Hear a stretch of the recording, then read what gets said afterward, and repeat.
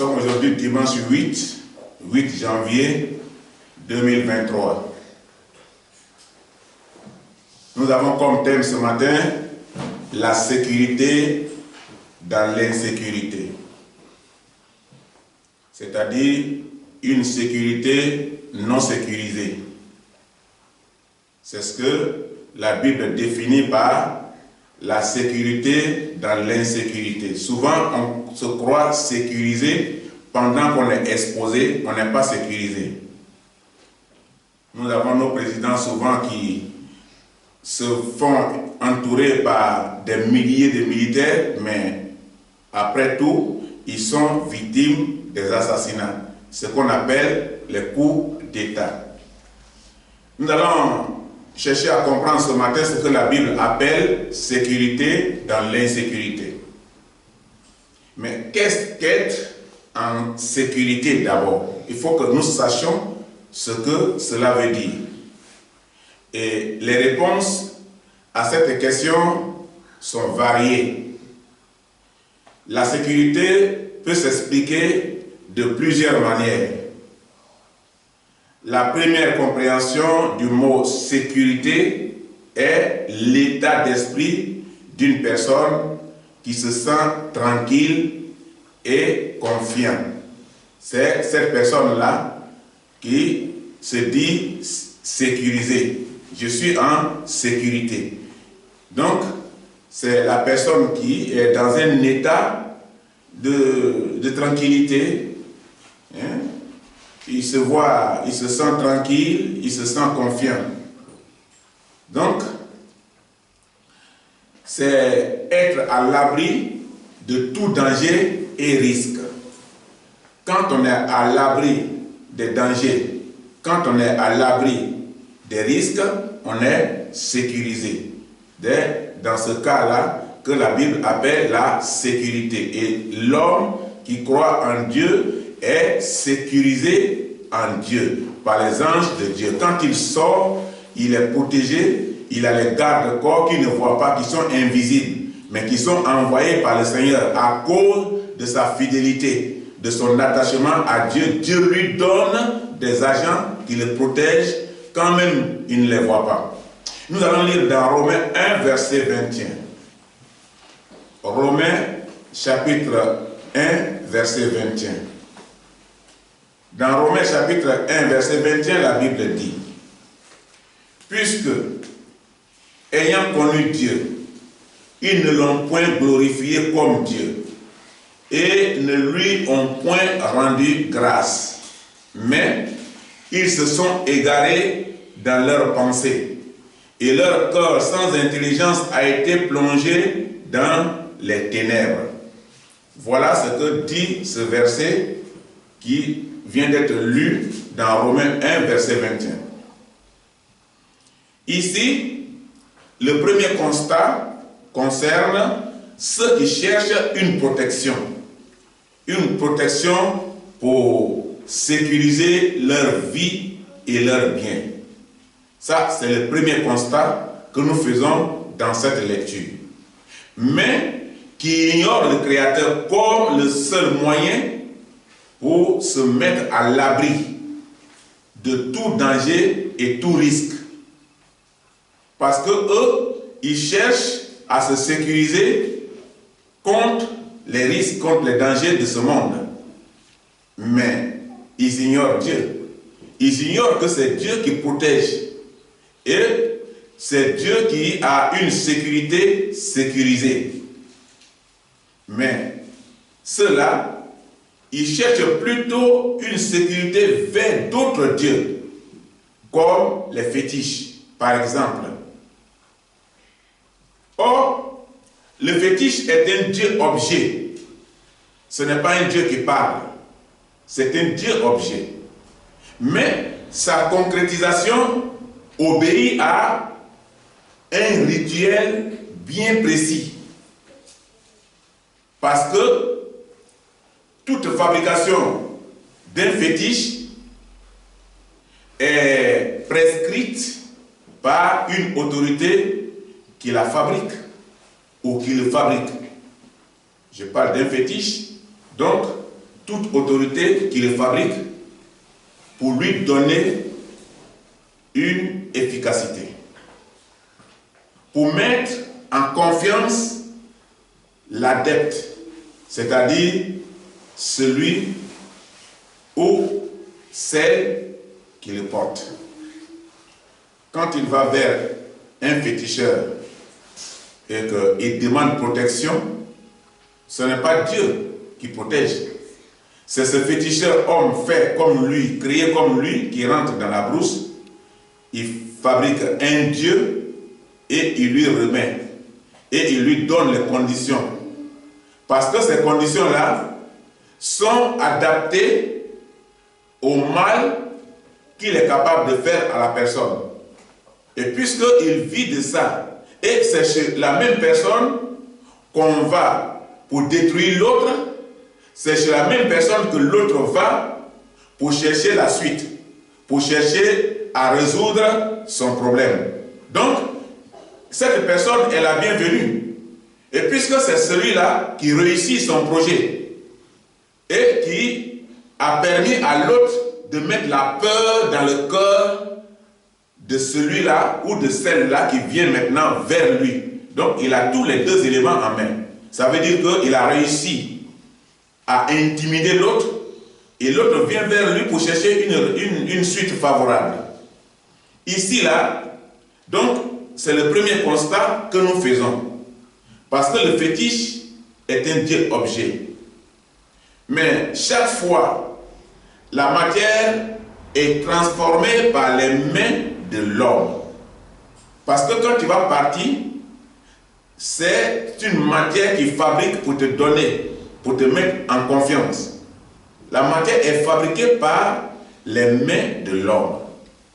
Il fait passer cette entité du profane au sacré. C'est-à-dire que quand il fabrique, selon les conditions qu'il te pose, la manière dont il te donne, ça devient sacré. Donc, tu mets en cela tout ton espoir et toute ta vie. Voilà comment il devient sacré. Voilà donc, voilà le rôle que le féticheur joue. C'est comme ça qu'il gagne les gens. Et ces choses-là nous convainquent. C'est comme ça que ce qu'il a fabriqué là passe de profane au sacré. Et tu mets tout ton espoir dedans. C'est-à-dire qu'on peut l'adorer comme on adore Dieu. On peut l'adorer comme un Dieu qui protège. De même que ceux qui croient en Dieu véritablement, ou qui croient en Christ, se confient en Christ, en toutes choses, c'est de la même manière que ceux-là se confient en ces fétiches-là comme protecteurs. Donc, ils doivent adorer comme on adore un Dieu qui protège. Ne nous voilons pas la face, car l'ensemble des pratiques qui placent le fétiche au centre de la sécurité est fondé sur le faux. Parce qu'au fait, lui, il n'est pas Dieu, mais il va te promettre ton avenir. Il va te prévenir des dangers qui vont t'arriver. Il va te donner le temps de ta réussite. Il va même te mettre dans la sécurité et il va te rassurer. Mais en réalité, cette sécurité est fondée sur la base du faux. Parce que d'un moment à l'autre, tu vas vers lui pour renouveler ses fétiches et on te dit qu'il est mort. Donc, celui qui crée Dieu pour te donner, lui, il est mort. Alors, imagine-toi, quelle sera la valeur de son Dieu qu'il t'a donné? Si lui étant le fabricant, il est mort. Et notre verset de tout à l'heure, qui dit que ces personnes se sont égarées. Le verset nous dit que ces personnes se sont égarées de leurs pensées et leur corps sans intelligence a été plongé dans les ténèbres. En réalité, quelqu'un qui fait ça, il est égaré. Quelqu'un qui fait ça, il est sans intelligence. Parce que quand il se rend compte que celui-là est mort, il cherche un autre. Cela ne lui donne pas la conscience que mais si quelqu'un m'a fabriqué ça, qu'il est mort. Alors même si je vais vers un autre, celui-là un jour il mourra. Et je vais encore aller voir un autre qui va me fabriquer des dieux. Donc les fabricants des dieux mourront au fur et à mesure, jusqu'à ce qu'il arrive, lui, son tour. Et l'homme ne pense pas à ça. L'homme ne pense pas souvent à ça. Et l'homme reste avec un corps sans intelligence et son intelligence est plongée dans les ténèbres. Croyez-vous que l'Éternel soit leur Dieu? Non. L'Éternel ne peut pas être le Dieu qui adore un autre Dieu, qui est simplement une idole. La réponse est non. Parce qu'ils sont idolâtres. Car chacun adore l'objet particulier qu'il affectionne. Donc, c'est des idolâtres. Dieu, véritable créateur des cieux et la terre, ne peut pas être leur Dieu. C'est des gens sans intelligence. Ou alors leur intelligence est tombée ou plongée dans les ténèbres, dans le noir. Quelque chose qui est plongé dans les ténèbres, c'est plongé dans le noir, où il n'y a pas de lumière. On se refuse dans le fétiche, dans l'activisme. On enchaîne des loisirs.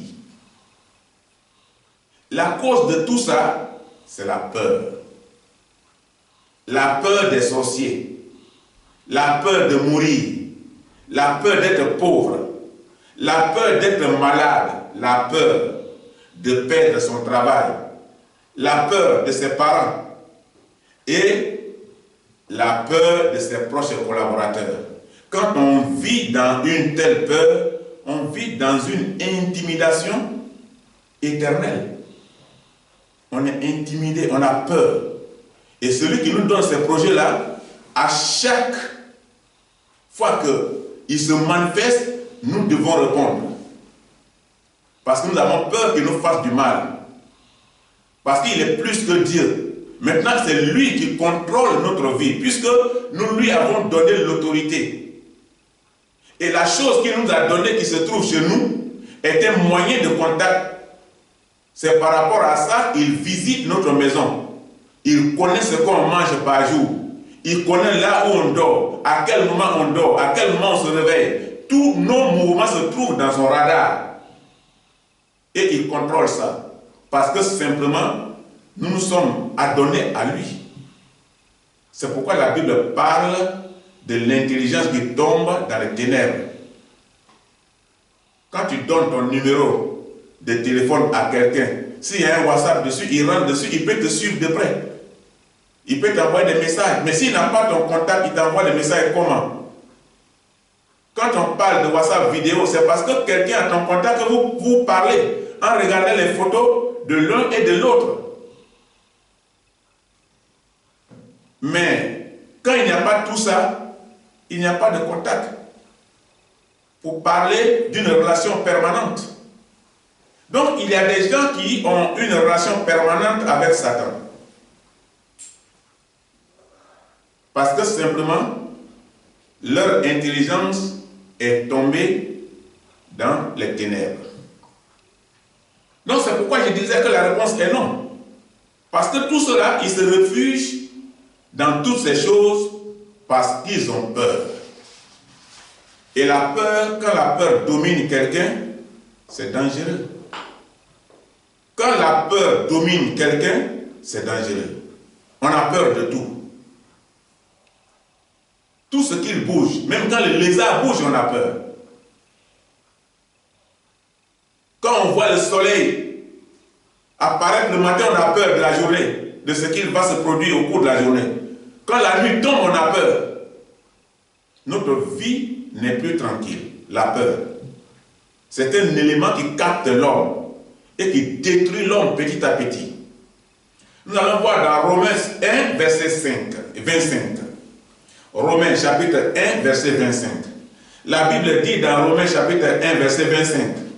Eux qui ont changé la vérité de Dieu en mensonge et qui ont adoré et servi la créature au lieu du Créateur, qui est béni éternellement. Amen. Dieu a mis à la fin, le verset là se termine par le mot Amen. Mais avant de parler de Amen, il y a un mot qui suit. Béni éternellement et Amen. Amen signifie que toute la créature est d'accord que Dieu est béni éternellement. La preuve en est que dans une famille, personne n'est éternel. Le bébé a son tombeau. Le jeune a son tombeau. Le vieillard a son tombeau. Personne n'est éternel. Et chaque famille peut témoigner, au moins c'est d'une disparition d'un membre de sa famille depuis de génération en génération.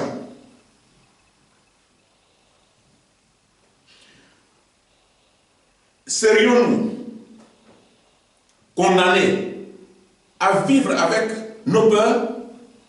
C'est-à-dire que tout le temps de notre vie, nous allons vivre dans la peur? La réponse est aussi non. La Bible nous parle d'une sécurité possible et certaine pour celui qui confie sa vie en Dieu. Pour celui qui se confie en Dieu, être à l'abri du fétiche, il s'agit simplement de risques de défaillance humaine. Parce que l'homme devait se rendre compte, c'est une défaillance humaine ou de dégradation. C'est-à-dire, sans intelligence, l'homme a perdu le contrôle de la vie. Et il ne pense pas loin.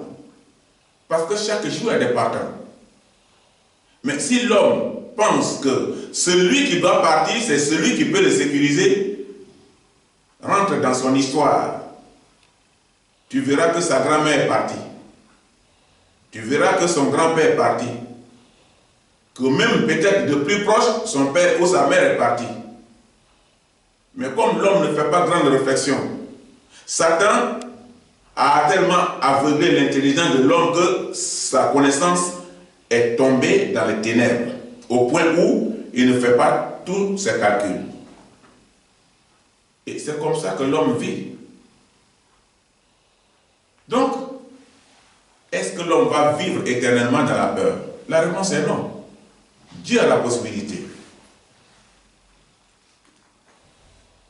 Tant que leur idole subsiste, ils se montrent fiers. Ceux qui ont ça, ils sont fiers. Quand ils sont dans les milieux, ils sont fiers.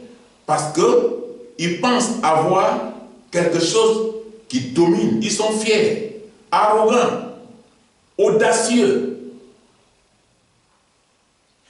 L'avenir se présente à eux plein de charme. Plein de charme.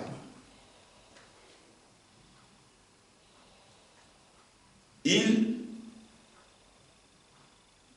l'attendent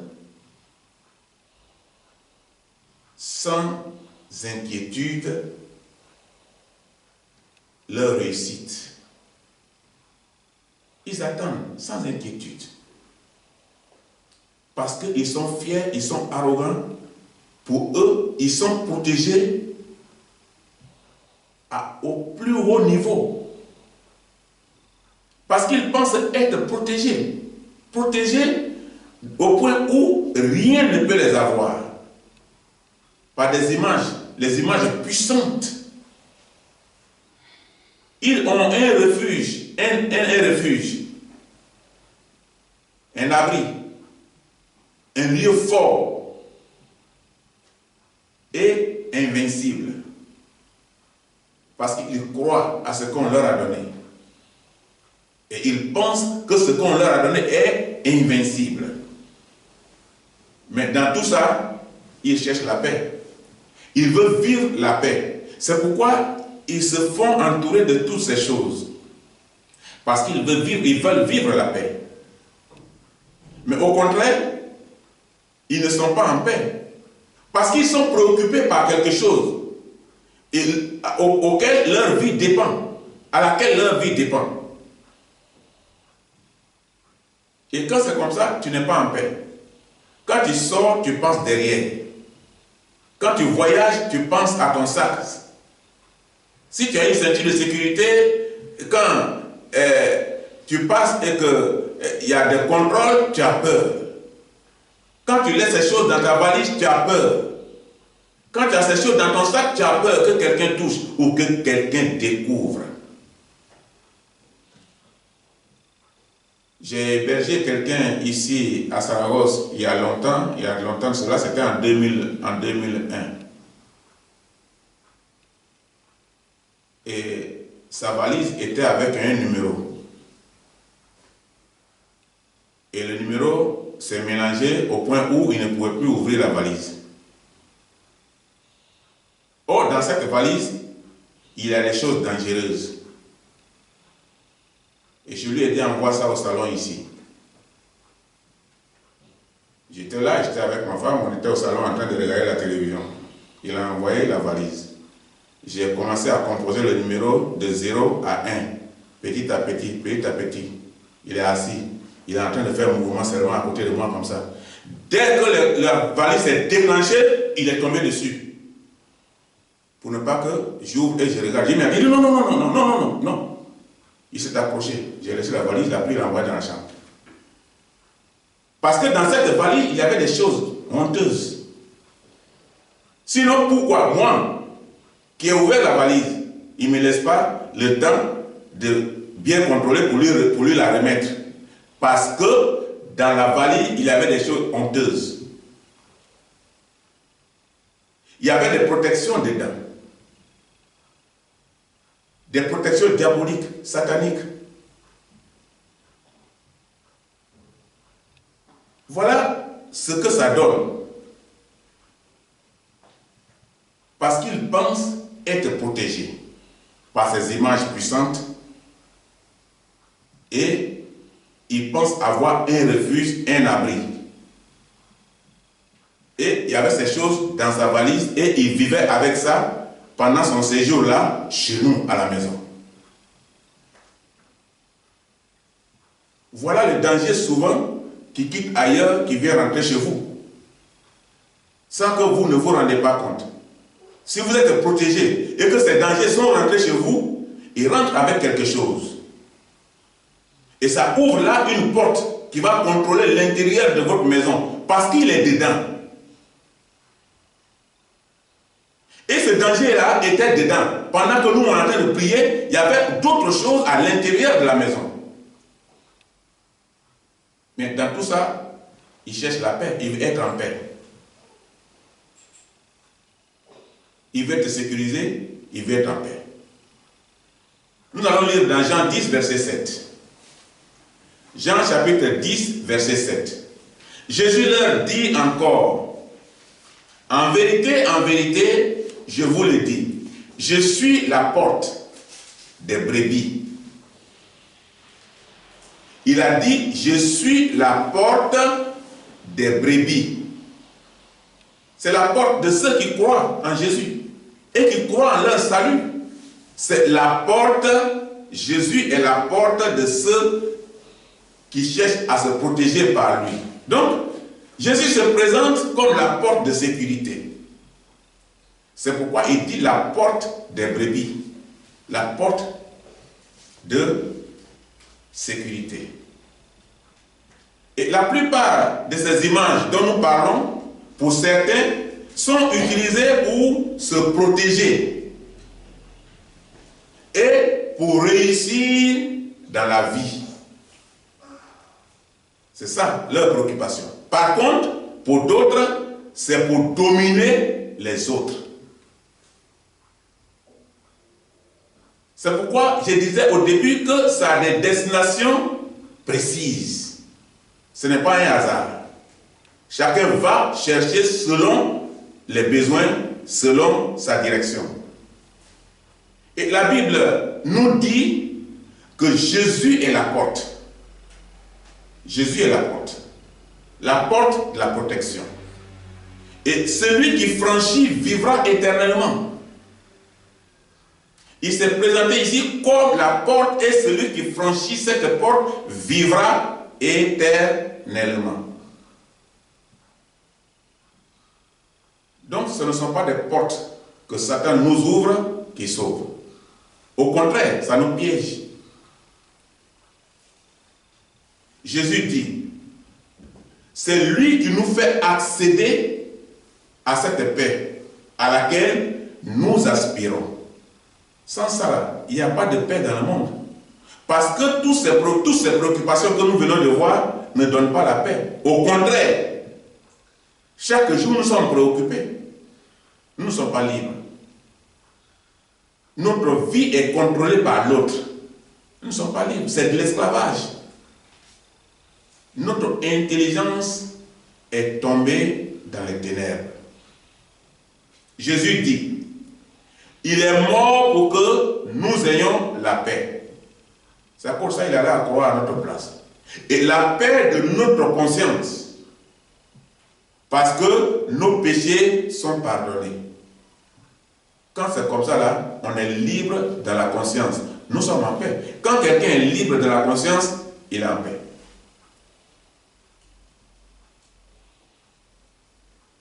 Quand notre côté spirituel est en paix, notre côté physique est en paix. Parce que nos péchés sont pardonnés par Christ et non par ses féticheurs. Donc, il ne nous protège pas. Nous avons la paix du cœur. Même dans les situations les plus angoissantes. C'est ça, la paix de Jésus-Christ. Parce qu'il est mort pour nous et pour notre liberté, pour nous donner cette paix. Et quand nous avons Christ, nous avons la paix. Très souvent, les gens qui possèdent ces choses ou qui pratiquent la sorcellerie croient avoir toutes choses en leur pouvoir. Et des personnes autour d'eux sous contrôle. On a le pouvoir de dominer. On a le pouvoir d'envoûter. On a le pouvoir d'attaquer. On a le pouvoir de tuer. Et tout ça, pour nous, quand nous possédons ces choses, c'est ce que la Bible appelait tout à l'heure le pouvoir fort. On est à l'abri d'un lieu fort. C'est ça, le lieu fort. Parce que nous sommes sous contrôle, mais nous ne savons pas que nous sommes sous contrôle. Nous pensons que les autres sont sous notre contrôle. Pendant que notre vie se détériore chaque jour. Nous nous tuons chaque jour. Notre âme se tue chaque jour. Et ceux-là, ils pensent à leur liberté. Et très souvent, c'est comme ça que ça se produit.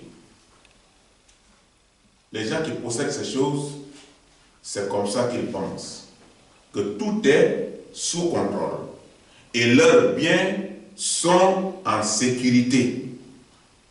Ils sont trop sûrs. Quand il leur arrive de les perdre, on les voit tristes, abattus, et ils sont sans espoir. Parce que celui qui a l'espoir, c'est celui qui est en Christ. Celui qui a l'espoir, c'est celui qui a le véritable Dieu. Si ta Bible est tombée dans l'eau tout à l'heure, tu t'en vas au marché, tu payes une autre. Mais si ton fétiche là est tombé dans l'eau et qu'on te dit que l'eau ne touche pas, toute la journée d'aujourd'hui, tu ne peux pas manger. Tu dois appeler, tu dois tout faire pour joindre la personne. Si la personne n'a pas un contact téléphonique, tu dois payer un billet d'avion dans l'urgence pour aller le voir ou pour aller la voir et dire à cette personne que c'est tombé dans l'eau pour qu'on te trouve une solution nouvelle. Tu n'es pas tranquille, ce n'est pas une sécurité, ce n'est pas une paix. Celui qui est en paix est libre. Et celui qui est libre dans la conscience est en paix. Et c'est ça qui arrive souvent à des gens. Voir que toutes choses en leur pouvoir et des personnes autour d'eux sous contrôle. Et c'est ce que la Bible nous vient de nous dire que quand ils perdent leur bien, qu'ils pensent l'avoir sécurisé, ils sont tristes. Ils sont sans espoir, ils sont abattus. Nous allons lire dans Romains 8, 31. Romains chapitre 8, verset 31. Que dirons-nous donc à l'égard de ces choses? Si Dieu est pour nous, qui sera contre nous? Voilà. C'est deux choses qui sortent de ce verset. Que dirons-nous donc à l'égard de ces choses? On dira à l'égard de ces choses que ces choses sont un égarement, c'est une perdition, c'est de l'ignorance.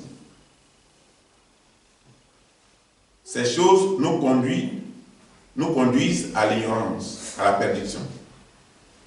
Dieu est au-dessus de tout et de toutes choses.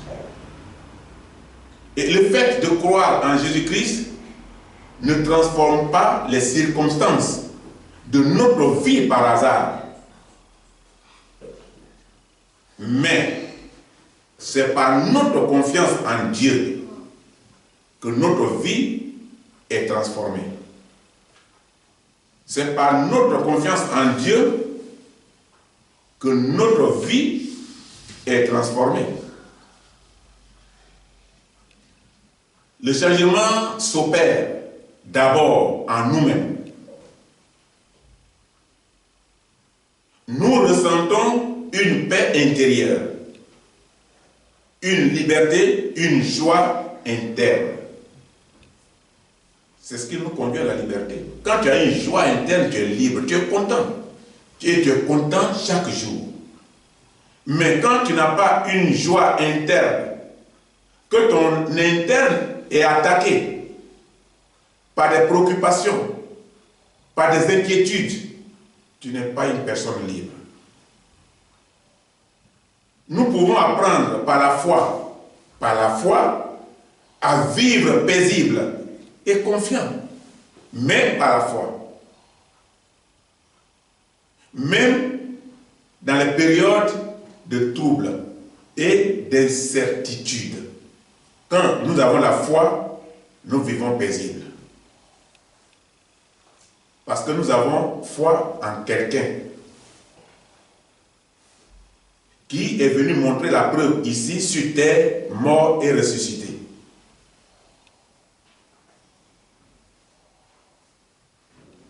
Que chacun maintenant se replie sur lui-même et qu'il sonde son propre cœur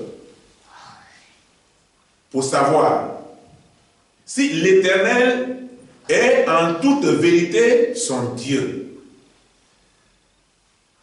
Mais c'est dans ton cœur que cela se trouve. Personne d'autre ne peut l'imaginer. C'est toi seul qui le sais. Et que chacun sonde son cœur, son propre cœur. Si l'Éternel est en toute vérité son Dieu. Ou alors, point d'interrogation. Et s'il n'est plus idolâtre, que chacun se pose cette question. Soyons vrais dans l'examen de notre vie avec le Christ. Parce que nous sommes devenus chrétiens. Petit Christ, disciples. Et la Bible dit tout à l'heure que Jésus dit qu'il est la porte pour les disciples. Donc, notre examen de notre vie avec Christ. Et répondons chacun devant Dieu avec la conscience sérieuse. Il y a la conscience sérieuse et il y a la fausse conscience. Et souvent on dit celui-là n'est pas conscient. Il n'y a personne dans le monde qui n'est pas conscient. On refuse d'appliquer une conscience sérieuse. Quand quelqu'un refuse d'appliquer une conscience sérieuse, il dit qu'il n'est pas conscient. Il sait ce qu'il fait. Chacun sait ce qu'il fait. Chacun sait où il va. On ne prend pas une route pour marcher. Il y a une destination. On cherche à atteindre un objectif. Quand quelqu'un va chez le féticheur, il cherche à atteindre un objectif. Quand quelqu'un va chez Dieu, il cherche à atteindre un objectif. Quand quelqu'un va au marché, il cherche à atteindre un objectif. C'est pour payer les vivres et alimenter sa famille, son foyer, sa maison.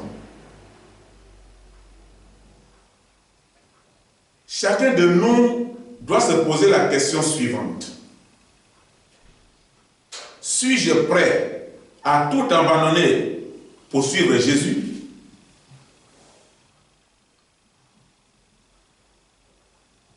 À renoncer à toute chose dans le monde pour plaire ou pour lui plaire? Et ce sont des questions importantes. Ou bien, je suis encore douteux, incertain. Plus confiant dans les créatures plutôt que dans le Créateur? Voilà 3 bonnes questions à laquelle chacun peut répondre librement. Mais pour répondre librement, il faut être dans une conscience sérieuse. Nous allons lire dans Jean 14, verset 27.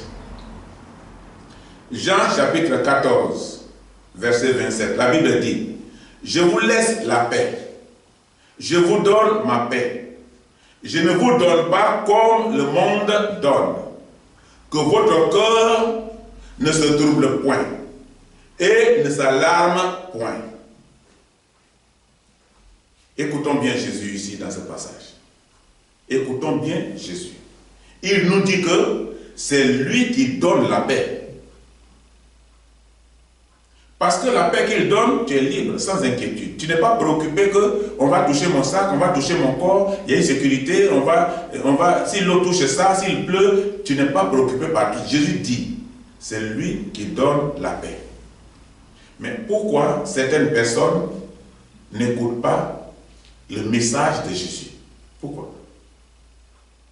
Ils restent rattachés à la sorcellerie ou au fétiche. C'est dans le domaine mystique. Pourquoi? Pour être tous les temps dans l'angoisse, dans une souffrance interne. La souffrance interne est la plus grande maladie qui tue le plus facilement possible. C'est pourquoi ça tue les gens qui meurent par crise cardiaque. Parce que l'intérieur n'est pas en paix. Et quand il s'effraie, le cœur coupe, il meurt. Parce que quelque chose à l'intérieur d'eux ne les rend pas libres. Pourquoi on est plutôt soucieux d'obtenir la faveur des hommes que celle de Dieu? Beaucoup ont plutôt peur des hommes que de Dieu. Beaucoup s'exécutent quand l'homme leur donne des instructions, plutôt que de pratiquer les instructions de Dieu. C'est-à-dire qu'ils prennent leurs instructions du diable au lieu de prendre leurs instructions de Dieu. Certaines personnes vont à l'église, mais elles restent sous l'influence de Satan. C'est-à-dire par rapport aux humains.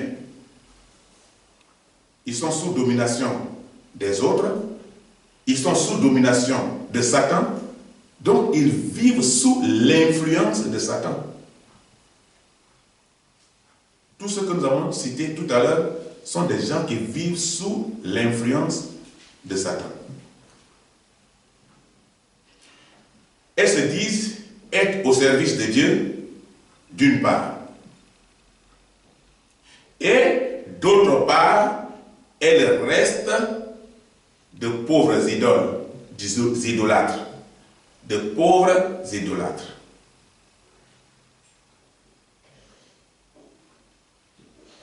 Être sorcier ou idolâtre, c'est être dans le péché. Or, le péché, c'est rejeter Dieu, l'ignorer et se rebeller contre lui. Voilà ce que signifie le péché. C'est considérer Dieu comme n'étant pas celui qui nous a créés. Parce que si tu le considères comme celui qui t'a créé, tu te tourneras vers lui au lieu de te tourner vers des dieux fabriqués des mains d'homme. Donc, on ne le considère pas comme celui qui nous a créés et ne pas l'honorer comme il le mérite. Les êtres humains font cela de diverses manières. Sécurité dans l'insécurité. Sécurité dans l'insécurité signifie qu'on pense être protégé par celui qui nous crée des problèmes pour mieux se servir de nous. Sécurité dans l'insécurité. Si notre souffrance vient de celui qui nous crée des problèmes, mais il ne peut pas être l'initiateur de notre malheur et en même temps notre protecteur. C'est impossible. Ceci doit attirer notre attention. Celui qui nous crée des problèmes ne peut pas être celui qui est prêt à nous défendre. Le culte rendu à l'image d'un Dieu. Un Dieu comme si elle était le Dieu en personne. C'est un péché. L'idolâtrie, c'est considérer quelque chose comme plus important que Jésus-Christ pour donner un sens à notre vie.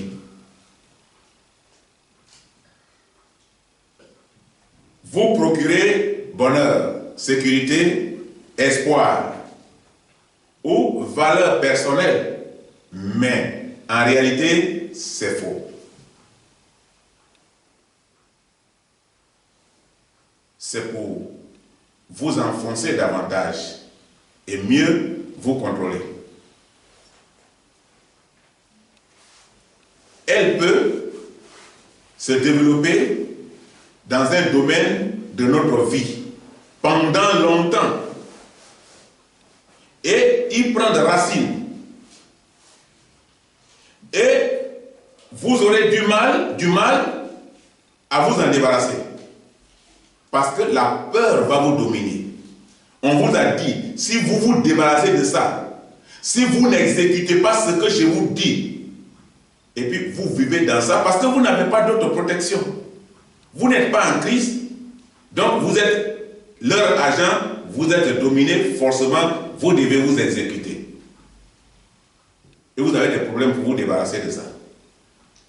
D'être esclave, d'être leur esclave. Cela peut détérioriser vos relations, nuire à votre vie de famille et de vos amitiés. Parce que Dieu ne sera pas au contrôle de vos affaires, ni de vos prières. Et tout cela peut durer pendant des années. Des années. Jusqu'à finalement vous entraîner dans le mensonge, la tromperie ou l'adultère. Oui, l'idolâtrie et la sorcellerie peuvent conduire à tout cela. Parce que vous n'avez pas la crainte de Dieu. Vous avez la crainte de votre maître et des gens chez lesquels vous prenez vos instructions.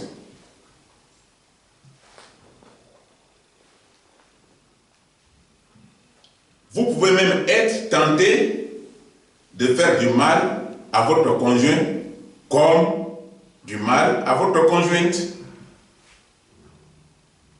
Nous allons lire notre dernier verset dans Philippiens 4, versets 6 à 7.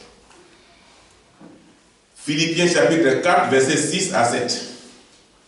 Ne vous inquiétez de rien, mais en toutes choses faites connaître vos besoins à Dieu par des prières et des supplications avec des actions de grâce.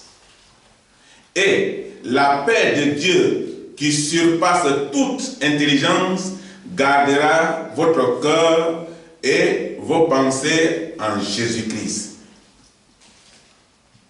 Ici, la Bible nous interpelle sur les origines de ces objets et les répercussions qu'ils peuvent avoir sur notre vie, présente comme à la longue. Et la Bible nous encourage à ne pas nous inquiéter. Parce que c'est l'inquiétude qui envoie souvent les gens à ces choses-là. La Bible nous dit de ne pas nous inquiéter, mais à rechercher la paix de Dieu qui gardera nos cœurs et nos pensées en Jésus-Christ. Alors, qu'est-ce que nous pouvons dire pour terminer? Il est donc très important de comprendre que péché, c'est transformer de bonnes choses en choses mauvaises.